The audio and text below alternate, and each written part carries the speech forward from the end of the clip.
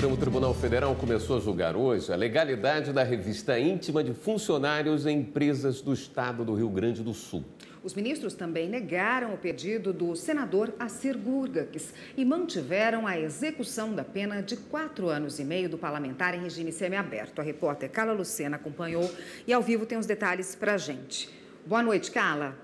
Olá, Érica. Boa noite para você. Boa noite a todos. O Supremo Tribunal Federal julgou então um pedido apresentado pela defesa do senador Assir Gurgax, do Partido Democrático Trabalhista. A defesa queria que ficasse suspensa a condenação dele até que fosse julgada a ação de revisão criminal. Por maioria, então, hoje, 8-1, os ministros consideraram que não há ilegalidade na decisão da primeira turma que o condenou e mantiveram, então, a execução da pena dele, que começou em setembro. Vamos ver a reportagem. O senador foi condenado pela primeira turma do STF em fevereiro deste ano a 4 anos e meio de prisão no regime semiaberto. Assir Gurgax responde por crime contra o sistema financeiro nacional. Entre 2003 e 2004, o senador obteve, mediante fraude, financiamento junto ao Banco da Amazônia. A finalidade era renovar a frota de ônibus de uma empresa de turismo da família dele. A defesa questionava a pena imposta ao parlamentar. Não há fundamento, com toda a vênia, para se elevar a pena a esse patamar. No STF, a maioria dos ministros considerou que não houve ilegalidade na decisão da primeira turma e a execução da pena foi mantida.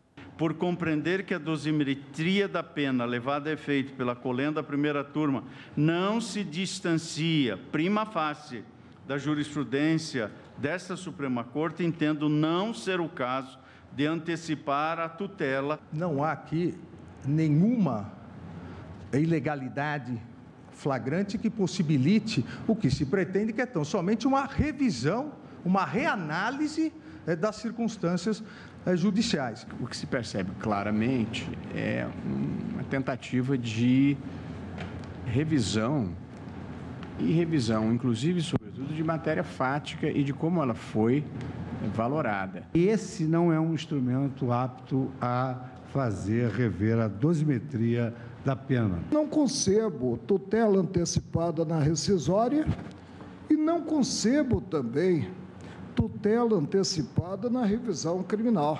Não houve, digamos, excesso, não houve qualquer abuso, qualquer conduta desviante da primeira turma do Supremo Tribunal Federal.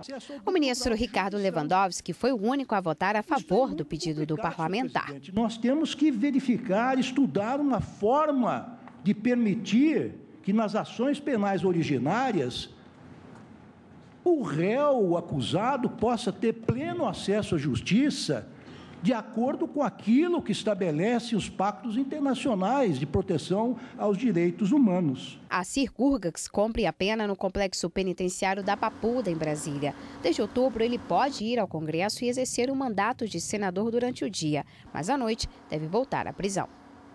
A consultora da TV Justiça, Karina Zucolotto, está aqui para falar sobre essa sessão de hoje. Boa noite, Karina. Boa noite, William. Boa noite, Karina. Estava prevista para ontem, né? Mas acabou passando para hoje a questão da revista íntima, né?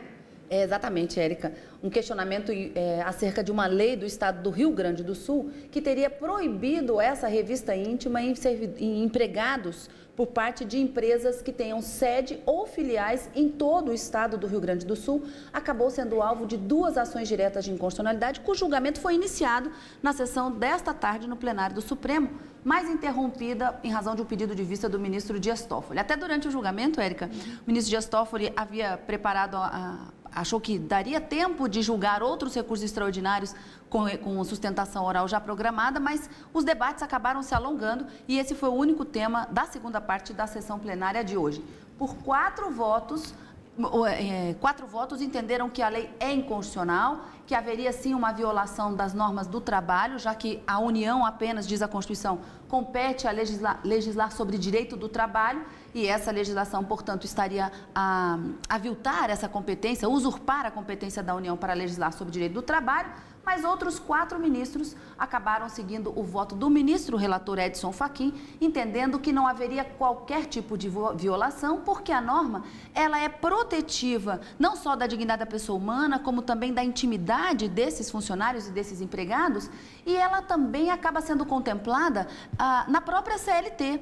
Então, não haveria inconstitucionalidade a ser estabelecida. Para o ministro Edson Fachin, só se poderia falar em inconstitucionalidade formal dessa lei, com essa violação, essa possível violação da competência privativa da União para legislar sobre o direito do trabalho, se porventura essa legislação adentrasse efetivamente na matéria do direito do trabalho, não é? Mas, ao contrário, como ele disse, protege a intimidade, ou se a legislação federal esgotasse toda a possibilidade, não permitindo que o Estado legislasse sobre a matéria.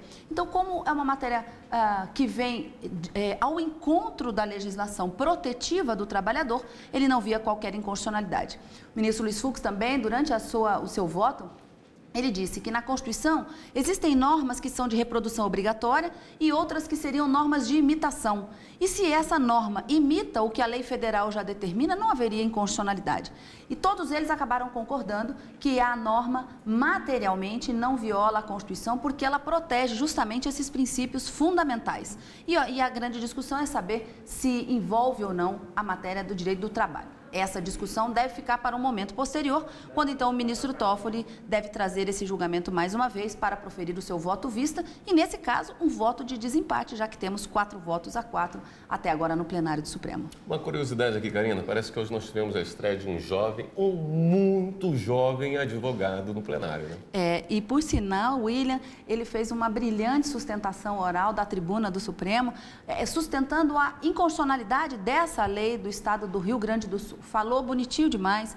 Eu dou aula de sustentação oral e eu fiquei encantada com a desenvoltura dele, assim como também os ministros, que acabaram elogiando bastante o jovem advogado, que começa a sua carreira logo no Supremo Tribunal Federal. Parabéns para ele. É direito. Exatamente. Bom, todos esses assuntos da sessão de hoje, da sessão de ontem, e no final de semana um programa plenário sendo tratado com mais profundidade, então. Exatamente. Matéria tributária ontem, revista íntima hoje e outros assuntos que a gente vai tratar também. E olha só, a gente estava falando desse jovem advogado, é justamente com ele que a gente vai falar agora. Nós vamos falar agora com a repórter Carla Lucena, voltar a falar com ela, que está lá com o jovem Matheus Costa Ribeiro. Com você, Carla. Érica, exatamente isso. E o doutor me explicou que ele é o advogado mais jovem em 189 anos da história do STF. Vamos então saber, doutor Matheus, como é que o senhor se sentiu ao falar aqui para os juízes, os magistrados da maior corte do país? Eu estava com a expectativa de que eu ficaria nervoso, mas eu fiquei feliz porque quando chegou a hora deu tudo certo. Sustentar é como bater um pênalti, né? Você treina, mas não tem como você treinar para a ansiedade do momento. Eu acho que eu não estava tão pronto para isso, mas acabou dando tudo certo. Eu fiquei muito feliz com o resultado. Apenas 18 anos, o resultado hoje ainda do caso em si não saiu. Estamos empatados, o pedido de vista do ministro Dias Toffoli. E a expectativa agora? A expectativa é que o ministro Dias Toffoli e os outros ministros que ainda não votaram, Carmen Lúcia e o ministro Gilmar, votem pela procedência da ADI, porque eu acho que os argumentos dos dois lados são bons, mas eu penso que o argumento pela procedência ele é mais forte. Por isso eu acho que no final das contas, depois desse pedido de vista, empate 4-4, essa tensão toda vai dar tudo certo e a ADI vai ser julgada procedente. Doutor Matheus, muito obrigada por sua participação aqui no Jornal da Justiça. E agora eu volto com você aí no estúdio, Érica.